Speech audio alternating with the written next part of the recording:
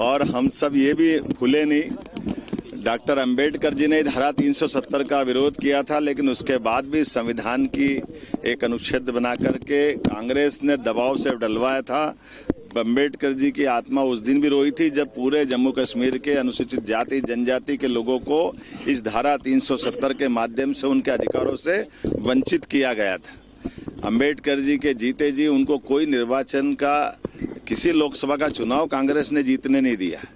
और ये डॉक्टर मुखर्जी जी का बलिदान भी इस बात का एहसास कराता कि उस धारा 370 के कारण से डॉक्टर मुखर्जी जब विरोध करने गए और उनके उस घटनाक्रम में आज तक उनके उस समय हुई एक तरह से उस मर्डर की सच्चाई देश के सामने नहीं आने दी।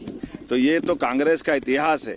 इनके सामने देश के ऐसे मुद्दों को लेकर के, संविधान में जिस बात को लेकर के अंबेडकर जी ने इशारा किया था, उसी संविधान की आपातकाल 2 दिन बाद हम पूरा देश और दुनिया मनाएगी, उस बात का एहसास कराएगी कि आपातकाल का काला कलंक अगर लगाने का काम भी कांग्रेस ने किया है।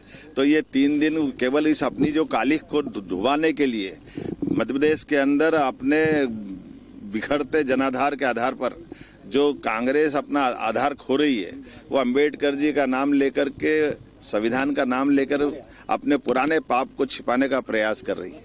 हमने कहा है कि हाँ, ग्वालियर हाईकोर्ट के अंदर माननीय चीफ जस्टिस जी ने कमेटी बना दी है। वो कमेटी जो निर्णय करेगी, सरकार उनके साथ है। हमने पहले दिन से कहा, हमारी पार्टी ने कहा है। अंबेडकर जी के लिए तो हम जो कर सकते थे। अब कांग्रेस अगर यहाँ ग्वालियर की बात करती तो कांग्रेस बताए कि महू के अंदर वो जन्म स्थान था अंबेडकर जी का, और 55 साल कांग्रेस की सरकार रही। उनके जन्म स्थान पर इनने क्या करके बताया?